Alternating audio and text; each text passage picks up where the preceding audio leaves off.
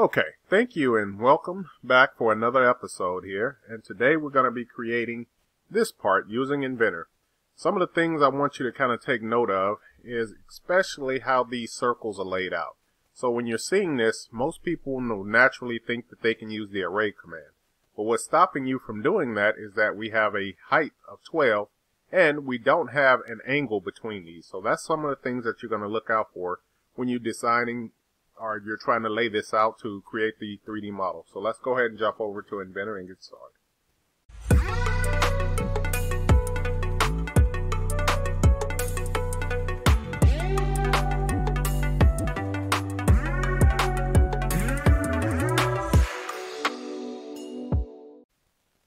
Alright, so here we go. Let's go ahead and hit the new icon button here. And this one will be made in millimeters. So I'm just going to select the metric icon here. And then I'm going to double click onto the standard millimeter IPT. Alright, and as usual, we're going to wait for Inventor to load up and then we'll click back over when it's ready. So while Inventor is waiting up, I'm just going to take a look at this drawing here real quick and just kind of give you some pointers from my point of view. So if I'm looking at something and trying to figure out what of the 4 commands that I'm going to use, remember we only have 4 of them. So it's extrude, revolve, sweep, and loft. One of our dead giveaways is that we have a center line through this. So always remember that anytime you're going to use the revolve command, you need 2 things. You're going to need a closed profile and you're going to need an axis of revolution. Well, here we see that we do have an axis of revolution, and that should be our dead giveaway for which one we're going to use. Okay, so the way I'm going to lay this out is I'm just going to click the start button here at the top.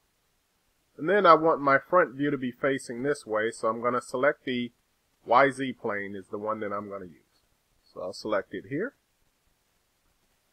Next, I'm going to start with the line command. So I'm going to click line. I'm going to click my start point here. And then I always like to take note of which way it's saying horizontal is. So you see the little icon that's to the right of mine is pointing up in the vertical. So that tells me that in this case the horizontal is actually vertical. And that just tells me what to use on those constraints if I ever have to get into that need. So I'm going to show you that as I create this, why that little icon there is so important. Okay, so I'm going to click here. And I can actually show you now. So if I kind of create this at an angle, it helps me decide which one of these do I need to select in order to make this horizontal. Well, you've seen from the icon, it looked like this one. So if I select the vertical icon, and once I select this object, that will tell me which way horizontal is. Okay? So that's one of those things that you're kind of looking out for when you start creating things.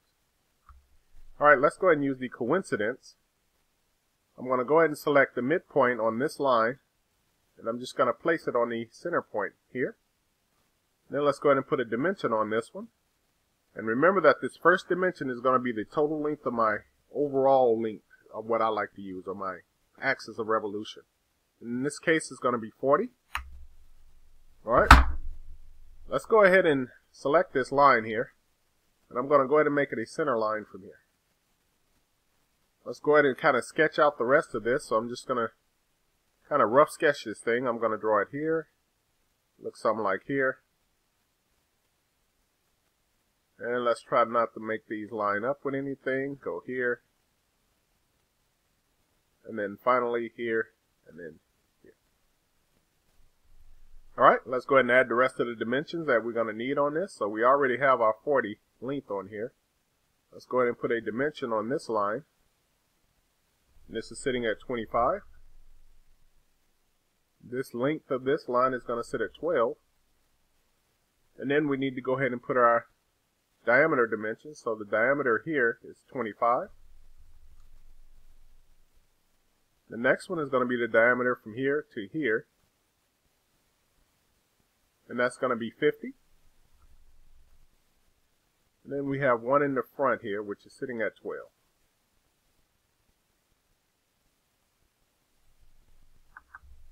The next thing I have to decide is, do I want to put my chamfers on now or later? And in this case, I'll go ahead and put the chamfers on now. So I'm going to use the chamfer command located under here. I'll go ahead and type in the distance that I want it to be. In this case, it's just going to be 1. Unlike if you're used to AutoCAD, try not to hit the enter button. So just type in 1 here, and then go select the two lines that you want to make the chamfer with. So I have one here, and I do have one here. Alright, go ahead and finish the sketch. I'm just going to zoom out a little bit, and when I hit the revolve, it should already find the profile, and it's going to find the axis next, and it's going to spin it around that axis of revolution for me, and the part should be created. Go ahead and hit the OK button. And now the last thing I need to do is go ahead and put the holes on the inside. You can also see here my view icon on my view cube here, the front is facing the correct location, the which way I want it.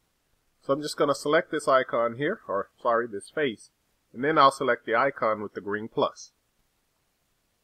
Once you select that one, next I'm going to locate the circles that I'm going to need to create my points for my holes. I'm going to select the Slice Geometry button here at the bottom, or hit the F7 button. Then I'll go to Circle. I'm just going to select this center point, and then I can make this circle a little bit big. Alright, that circle has a diameter of 40 on it, so I'm going to select the dimension, click here, and type in 40. And I'm kind of fat fingering this today, but there we go, we have a 40. Now I need to put 3 center points on here, but before I do that, let me go ahead and locate one more thing on here. I'm just going to draw a line going straight across. And then I'm going to go ahead and put a dimension from this line to my center point here, and this number should be sitting at 12. Alright, let me kind of move this out so you can actually see that dimension.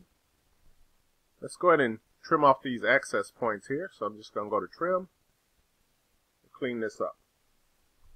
Alright, let's go ahead and place our points on. So I'm going to go to Point, I'm going to select this endpoint, and then this quadrant. Now, I can go ahead and make all the rest of this construction, but since I'm calling out holes, the hole command is only going to look for the points, so there's no need to really clarify or go ahead and make these onto the construction layer, but there's nothing absolutely wrong if you do decide to do that. Let's go ahead and finish sketch. And then when I go to the hole command, it should automatically find those holes for me. And once the dialog box appears, I'm just going to tell it that these holes have a diameter of 3.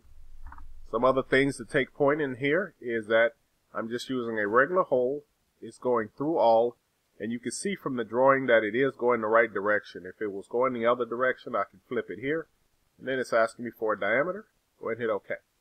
Alright, so that's going to be the conclusion of this one, and thank you for watching, and thank you for all the ones of you who are watching these videos and subscribing. It's really super important to me, and thank you for watching this. And if you haven't hit the subscribe button, please do, and thank you for watching, and as always, I enjoy doing this, and I'll see you in the next one.